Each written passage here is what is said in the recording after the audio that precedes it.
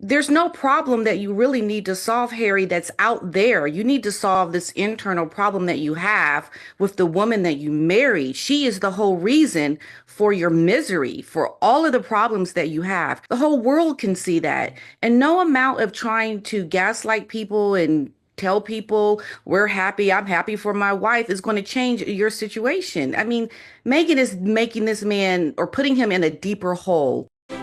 Hey everyone, welcome back to the channel. Your go-to spot for royal news with zero filter. If you're new here, make sure you hit that subscribe button and turn on those notifications so you don't miss a single update. Now today's story, it's wild. Prince Harry and Meghan Markle have just broken their silence in what might be their most bizarre interview yet. The narcissism, paranoia and delusion has actually now gone to a new level. Look at this. Brand new Prince Harry interview on the cover of People magazine. I'll decode it in just one moment. But first, this Instagram story from Meghan. She has literally posted a comment from an apparent fan, translation, hardcore member of the Sussex squad, saying, "You are the most powerful woman I have seen. You are inspiring me to make some changes in my life. Love you, Meghan." Absolutely clueless, absolutely tone deaf. Not as tone deaf, though, as this Prince Harry interview on the People cover, which is just going to horrify William, Charles, Catherine, Camilla, actually horrify anyone who's sane in Britain or the royal family. Take a look at it again. Harry's fight for his future, a People exclusive. "My worst fears have been confirmed," and they write, "Exhausted and overwhelmed, Prince Harry opens up to people at court about the battle for his family's security in the UK and the deepening rift with his father, King Charles. People would be shocked by what's being held back," he says. No, we would not. Let me tell you, no, we would not. And then there's the hostage video interview. This is when Harry has to say, he's so happy about his wife's success. He's so happy about his wife commercializing his children. He's so happy about his wife breaking all of the social media rules that he set. And this is what he had to say about that. "I am so happy for my wife and fully support absolutely everything she's done and continues to do." P. Diner. Oh my God. Can we kick off with that? Is he really incredibly proud? Did he really say this? Or was this Meghan and the PR officer thinking, oh, this is an opportunity for us to put all of those rumors to bed? I think Harry is just a puppet. He is being told what to do. He's even being told what he actually, quote, said. I do not think this is how Harry is feeling at all. Everything points to this not being how Harry is feeling, but it definitely aligns with Meghan's narrative and what he has to say. So absolutely not. Harry is not feeling this at all. I don't think these are his words. No way. No, I completely agree, because at the end of the day, he's not happy with what she's doing when it comes to the children. It goes against what he has described his life's work, or at least his wife's life's work, before his life's work became this ludicrous security case against his own father. I mean, I think you look at all the problems that he has, and you can understand that this is somebody who I think knows in the back of his mind that his wife has put him in a lot of predicaments. And he's just trying to save face to make it look like the problem is still out there that he's trying to solve. There's no problem that you really need to solve, Harry, that's out there. You need to solve this internal problem that you have with the woman that you married. She is the whole reason for your misery, for all of the problems that you have. The whole world can see that. And no amount of trying to gaslight people and tell people we're happy, I'm happy for my wife is going to change your situation. I mean, Meghan is making this man or putting him in a deeper hole every day with every single thing that she is doing. Is a big contradiction to everything that Harry wants for himself. And his life will just continue to go downhill. the more she tries to find success with this brand, the more Harry is going to be miserable. He's going to anger his family even more. And his life is not going to be fulfilled by the superficial things that Meghan, his wife, is striving for. How can he be happy? He's lost everything. He's not even closer with his relationship to his own family.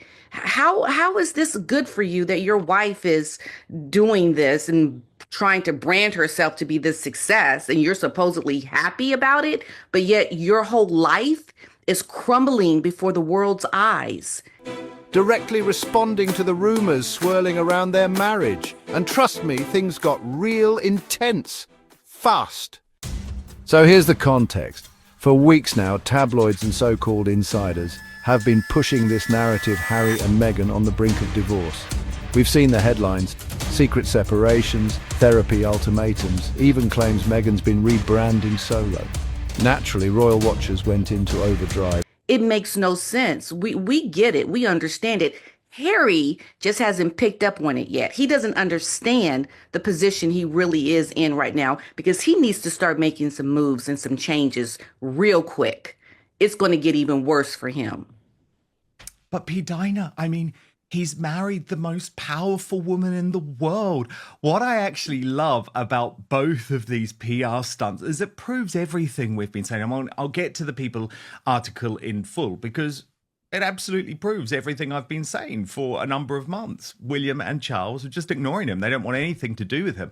Meghan and her delusion to literally post on Instagram after an awful podcast, which delivered absolutely nothing apart from a new woe is me story about how overwhelming it is for her to be a parent, despite the fact that she lives with nannies in a 16 bathroom mansion. So how she can be overwhelmed, I will never know. But yet she genuinely thinks that what she is doing is making her the most powerful woman in the world. By the way, you've got to be a real narcissist, P. Dina, even if you believe that, to actually post it. I mean, anytime I get a lovely comment from one of my outspoken family, I'm very touched, but I'd be way too embarrassed to actually read it out, let alone post it on my Instagram story. Right.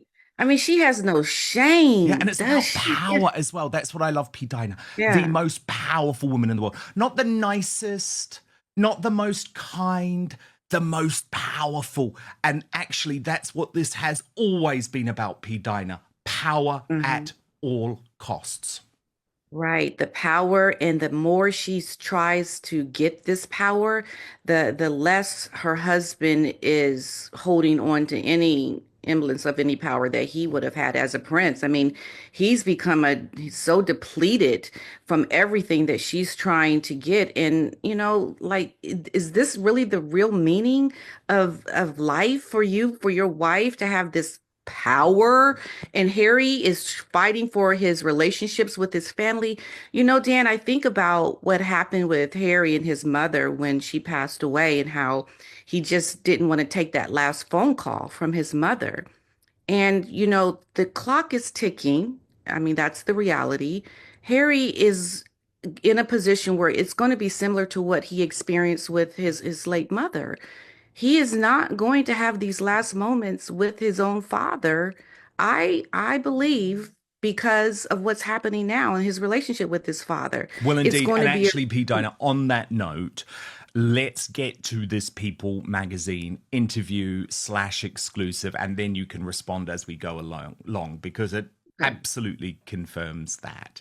So, and remember, this is all brief. This is all brief. This is all official. This is the Harry exclusive.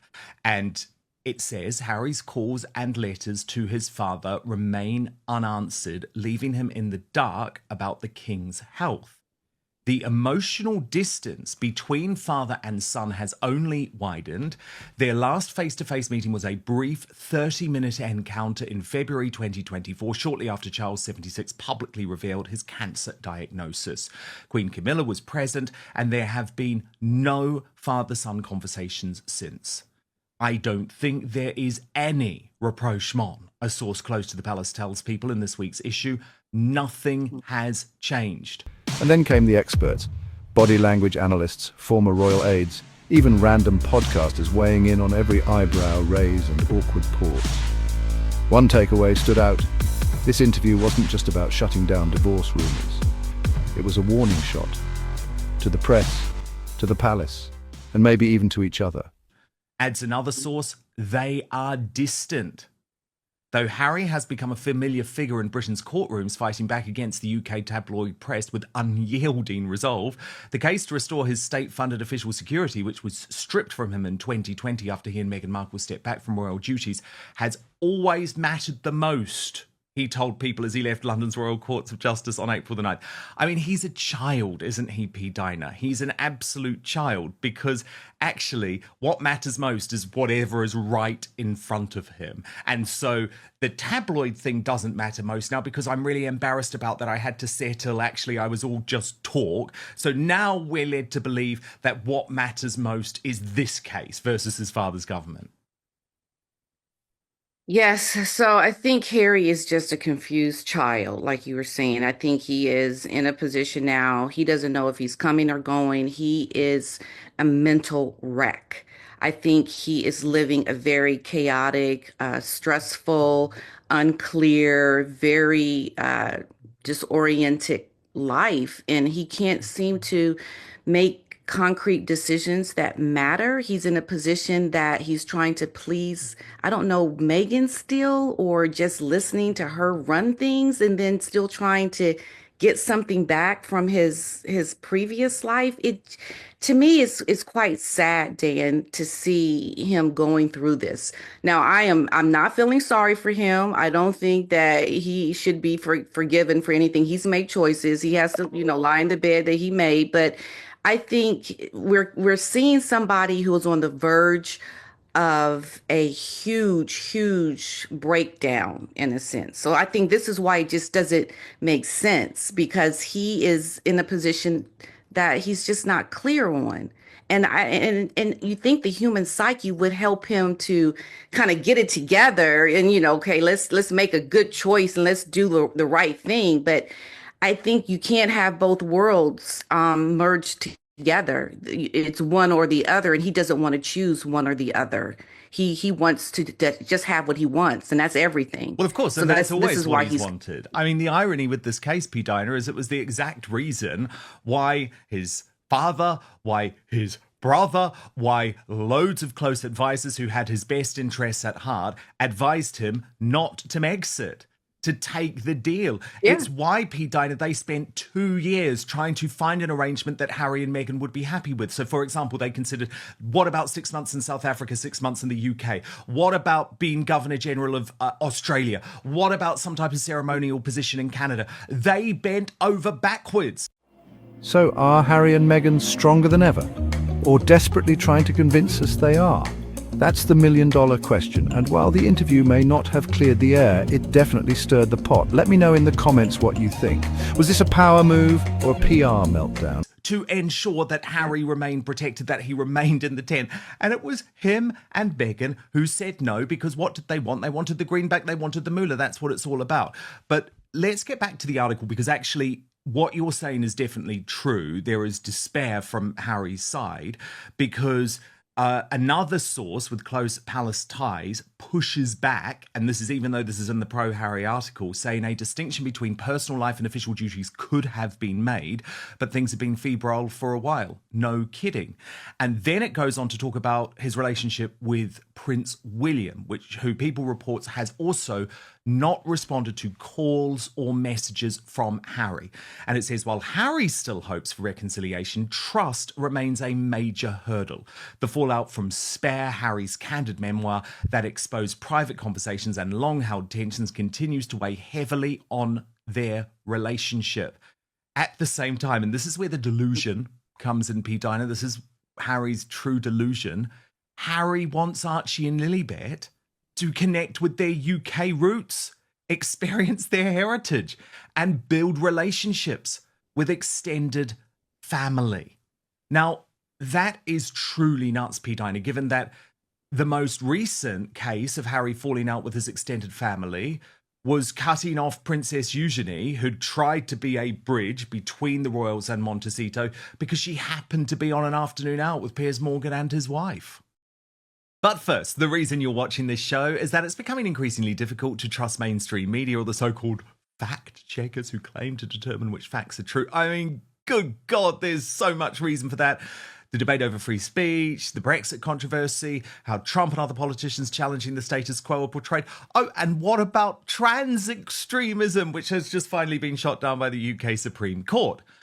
But I have the solution. It's called Ground News, and it's the best way to stay informed and cut through media bias and narrative so you can get the facts for yourself. Go to ground.news/outspoken to check it out right now.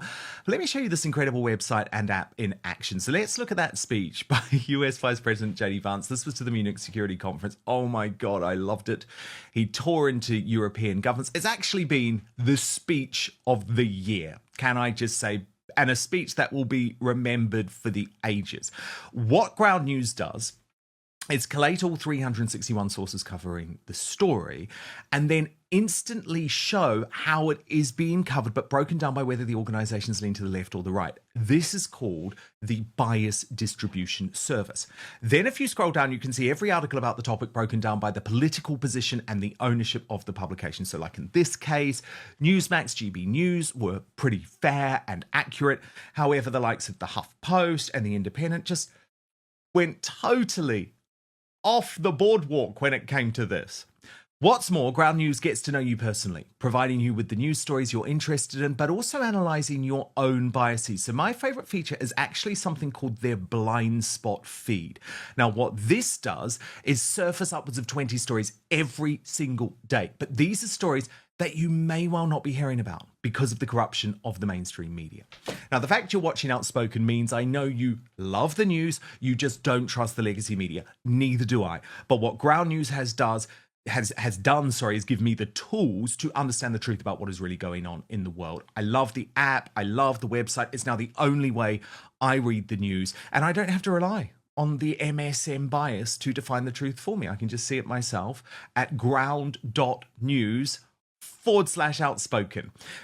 Great news is you can subscribe through my link today for 40% off the Vantage plan, which is what I use for unlimited access. Ground News is subscriber funded, supporting my sponsors, also supports my work. And for less than a Netflix subscription, you can get all the world's news in one place and think for yourself. This is a game changer for a news junkie.